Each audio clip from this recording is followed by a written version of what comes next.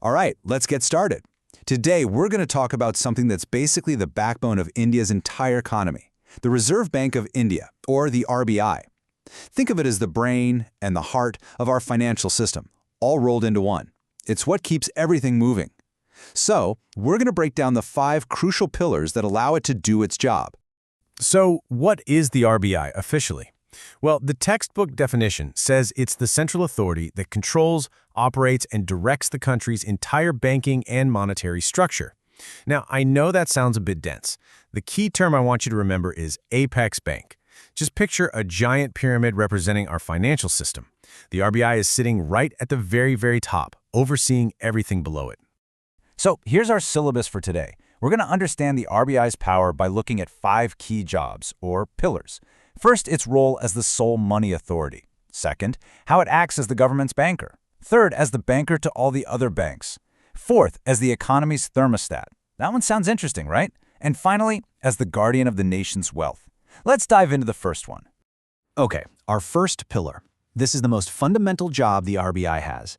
It is the only institution in all of India that has the legal right to issue currency. Every single banknote you have in your wallet, well, except for the tiny 1 rupee note, it comes directly from the RBI. Now that's a massive responsibility, and it's set up that way for some very good reasons. So why just one authority? Why not let all the banks print their own money? Well, first, uniformity. Can you imagine the chaos if every bank printed its own notes? You'd never know what was real. Having one standard design builds public trust. Second, control. This lets the RBI directly manage the money supply, like turning a tap on or off. And third, it establishes our currency as legal tender. That's just a fancy term that means, by law, you can use this money to settle any debt in the country. So the RBI prints the money, but its job goes way deeper than that. For our second pillar, we see that it's also the personal banker for both the central and state governments. It's kind of funny to think about, but just like you have a bank account, the government does too, and the RBI is the one that manages it. And this role really breaks down into 3 core services. First, it manages the government's day-to-day accounts. Tax money comes in, payments for roads and salaries go out. Second, it manages public debt. Whenever the government needs to borrow money, the RBI handles the whole process. And third, it acts as the government's #1 financial advisor, giving expert advice on big economic policies. Basically, it makes sure the government's finances run smoothly.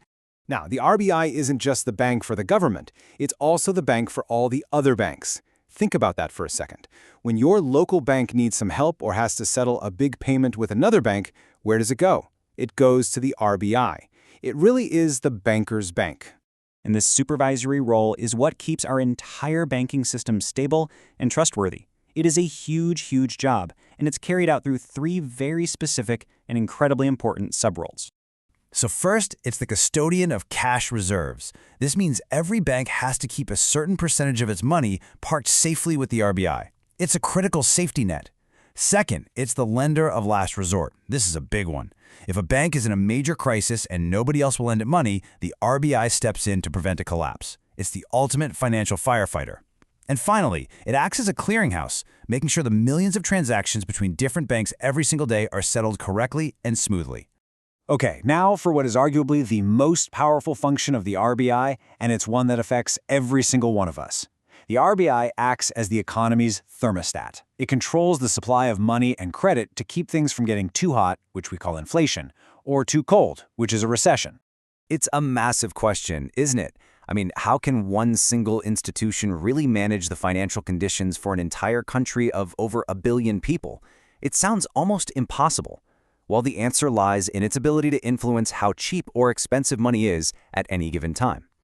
And this lays it out perfectly. When the economy is overheating and prices are rising too fast, that's inflation, the RBI makes it more expensive to borrow money. It restricts credit to cool down spending. On the other hand, if the economy is in a slump, a recession, it does the opposite. It makes credit cheaper to encourage people and businesses to borrow and spend, hoping to kickstart growth. It's this constant, delicate balancing act. So how does it actually do this? Well, the RBI has a special toolkit. The first set of tools are called quantitative. They control how much money is in the system. You've probably heard of the repo rate. That's the interest rate at which the RBI lends to other banks. If the RBI raises that rate, borrowing gets more expensive for banks, and they pass that cost on to us. That's how they control the total volume of money. But the second set of tools are qualitative. These are more about directing for what purpose money gets used. So instead of changing the total amount of money, these tools might guide credit towards specific areas, like agriculture, or away from others, like real estate speculation. It's about precision and direction, not just the overall amount. We've reached our final pillar, and in today's world, no economy is an island.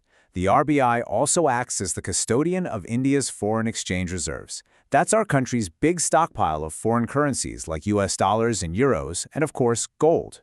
So why do we need to hold on to a giant pile of foreign money? Two main reasons. First, to maintain exchange rate stability. The RBI can buy or sell foreign currency to stop the value of the Indian rupee from jumping up and down wildly. That stability is absolutely crucial for business. And second, it makes it possible for us to trade with other countries. We need foreign currency to pay for critical imports like oil, and these reserves make sure we can always pay our bills. So let's do a quick revision. Think of this as your cheat sheet. We covered the 5 pillars: currency authority, banker to the government, banker's bank, credit controller, and forex custodian. As you can see, each one of these functions is a critical piece of the puzzle that keeps the Indian economy stable and on a path to growth.